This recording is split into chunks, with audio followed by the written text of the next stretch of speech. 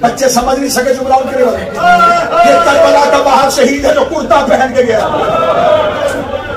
اس کے بدن پہ کوئی ذرہ پوری آئی ہی نہیں، عربوں کو پتہ ہی نہیں تھا 13 سال کا بچہ بھی کبھی مقتل میں گیا۔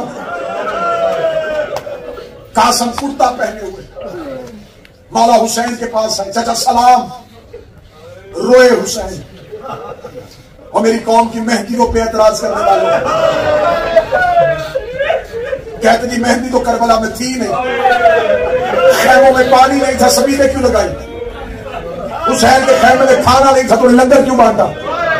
زینب کے سر پہ چادر نہیں تھی تو نے برقعے تقسیم کیوں کیے؟ کہتے ہماری حسرت کاش کربلا میں ہوتے پانی پلاتے، کاش کربلا میں ہوتے کھانا کھلاتے، بس یہی مجبوری ہے۔ ہم کہتے قاسم کی ماں ہم کربلا میں ہوتے، ہم تیرے بیٹے کی مہندیاں بناتے، تیرا جوان شادی والا بیٹا۔ میں نے پچھلے سال پورا عشرہ کربلا میں گزارا، 7 محرم عرب حسین کے حرم میں شہنائیوں کے ساتھ قاسم کی مہندی۔ جس بندے کو اعتراض ہو کہ مہندی کہاں ہے وہ کربلا میں جائے، خیام میں حجرہ عروسی ہے، حجرہ عروسی کہتے ہیں دلہن والا شادی والا کمرہ۔ آج بھی خیام حسینی میں قاسم کے حجرے پہ لکھا حجرہ عروسی۔ حسرت تھی قاسم کی ماں کی، قاسم گھوڑے کی زین میں بیٹھا، مائک ساتھ نہیں دے رہا لیکن میں کوشش کروں گا میں اس سائد پورا پڑھ سکوں۔ یوں قاسم گھوڑے کی زین میں بیٹھا، حسین ٹیلے پہ کھڑے ہوئے۔ ہر جنگ دیکھی تھی عباس نے، سنی تھی حسین نے۔ حسین نے روکے گا عباس پیچھے ہٹ، قاسم کا حملہ میں آنکھوں سے دیکھوں گا۔ شہزادہ قاسم سب کرتا پہنے ہوئے مقتل کی جانب چلے۔ میں کتاب دکھانے کے لیے تیار ہوں، یہ وحد کربلا کا جوان ہے کہ قاتل دے کے کہتا جو ہی قاسم خیمے سے نکلا ایھا البدر تمام ہی، ایسے لگتا جیسے چودھری کا چاند نکل آیا ہے۔ قاسم کے چہرے کا نور اتنا تھا، شہزادہ قاسم نے حملے کرنے شروع کیے، فوجوں میں بھگدڑ مچنی شروع کی۔ حسین کربلا کے ٹیلے میں کہتے واہ حسن کا بیٹا، واہ میرا یتیم قاسم۔ قاسم حملہ کر رہے تھے، ایک بغیرت قریب آیا، اس نے قاسم کے سر پہ گھوس مارا، قاسم کا سر کھلا، انصر نے آ کے قاسم کے پہلو پہ نیزہ مارا۔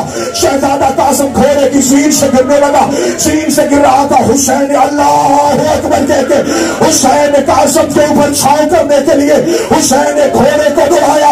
حسین ٹیلے سے اتر رہا تھا، یہ عمر ابن سعد کا حسین کے آنے سے پہلے مشرق کے گھوڑے مغرب،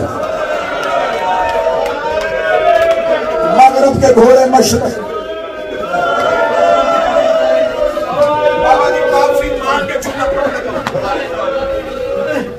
قاسم کے پاؤں رکابوں میں پھنس گئے،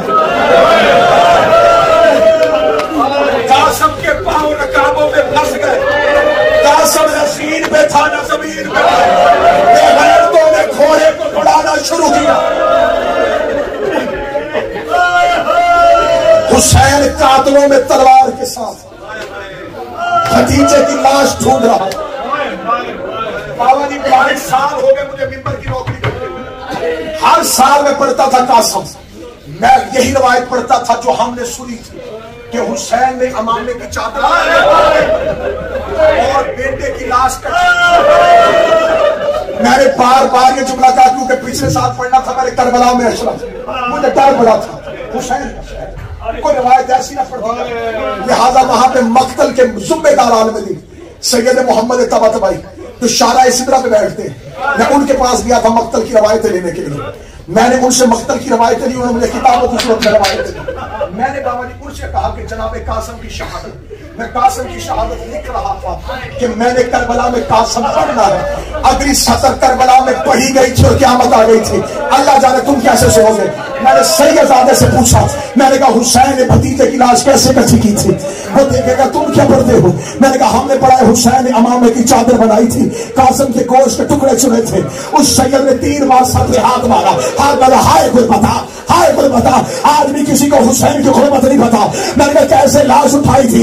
یہ دیکھ رہا من الحجر المعصوق الصبر، قاسم کی لاش گھوڑے کے سنگوں نے قیمہ کر دی تھی، حسین نے ٹکڑے اٹھائے نہیں تھے۔ حسین ایک گھوڑے کا سوم اٹھاتا، سوم کے نیچے سے قاسم کی لاش کے ٹکڑے نکال نکال کے کہتا او میرا یتیم، لیا مہدی شہزادے کی، لیا مہدی شہزادے کی، رو کے کہتا ہائے میرے حسن کا یتیم، ہائے میرا کی آواز آئی حسین میرے بیٹے کی لاش نہیں آیا. آواز آئی جتنی